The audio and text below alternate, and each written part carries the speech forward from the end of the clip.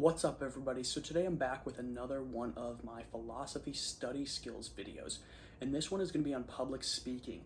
Not just lectures you may be giving or talks, but also simply speaking in the classroom in front of your peers. So let's talk about this. Let's kind of spell this out, this idea of public speaking, and talk about 3 tips that I have that can help you to become a better public speaker. So I had not done a lot of public speaking prior to making this YouTube channel, but and that was because I didn't like it. I was not very keen on the idea of speaking in front of a large audience, whether that be 30 people or 3,000 people, whatever. I just didn't like it. I don't know why. Maybe that's a topic for another video. I can do a phenomenology or something into my fear.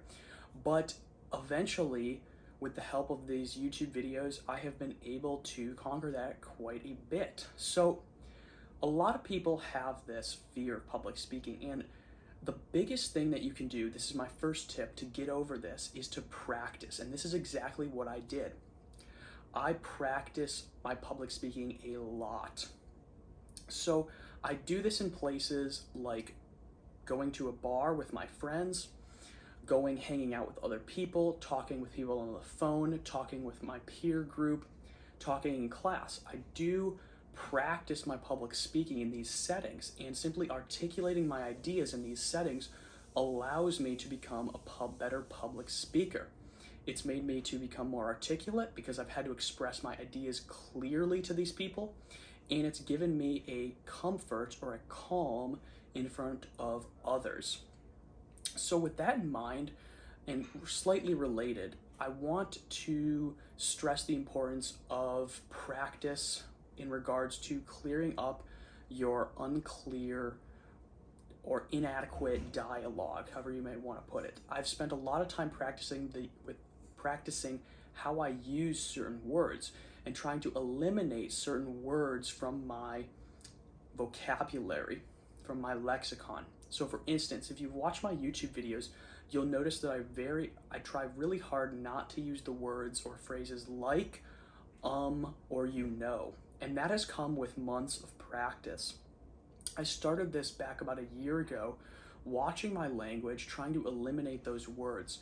It's been very difficult. I use the word or the phrase quite often, but now instead of using that, I simply talk slower, and I try to stress using words or phrases such as, for example, instead. Now, you know was a phrase that I really struggled to get rid of, and it's come hard to say the least. It has been difficult for me because I used it as a filler when I wasn't clearly articulating an idea. I still fall sometimes and use these phrases, but you know has been eliminated mostly from my vocabulary by trying to plan out what I'm going to say ahead of time and trying to be as precise as possible in my language. Obviously, you're not going to always do that. Sometimes you're going to have this hand wavy motion where you have to say, you know, and it's going to be tough, but try to plan out as far ahead what you're going to say and think about slowing your speech down and being as clear and articulate as you possibly can. And that's going to help you to eliminate these hand wavy motions such as you know, and these phrases like and Now obviously there are places where you're going to need to use the word like, so when you're giving an example, and there are some times where you can use the phrase you know, but those times are going to be rare. So the second tip is going to be in regards to nerves. People get nervous about public speaking, and that's understandable. Now, the best way I think to conquer this is to practice again. Practice, practice, practice. You can do this by simply talking with your peers, and you can do this by conversing with other people that you may not know. Now, another way to conquer this fear is to understand that most people simply don't care.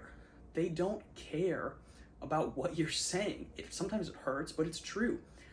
In a lecture, I would often fall asleep, as much as I hate to admit it. I would be so bored out of my mind in some of these lectures in college.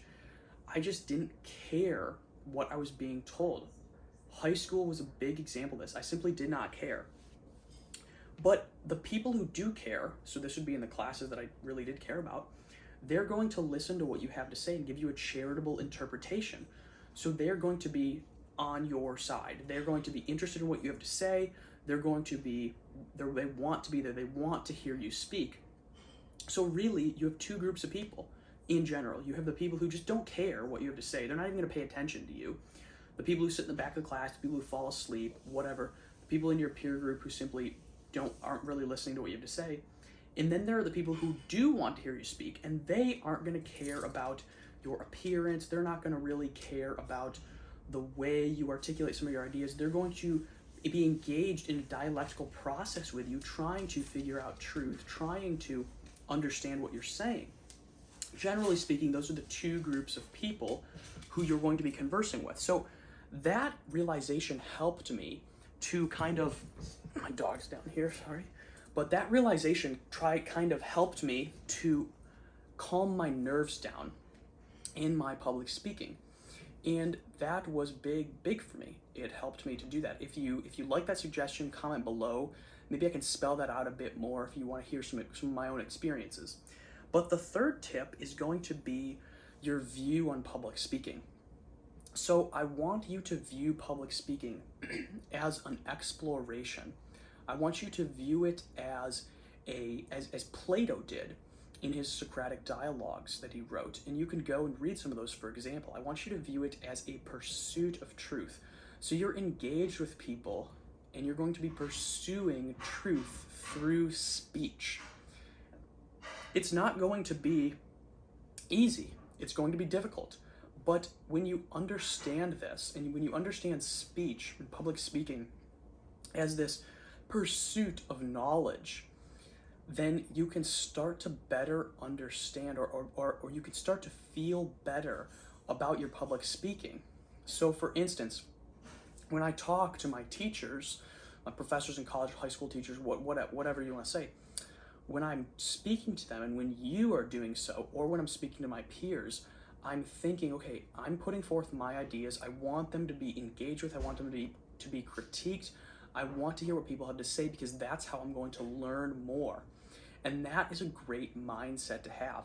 That's going to allow you to engage in public speaking even more. And I think it's going to help you calm those nerves.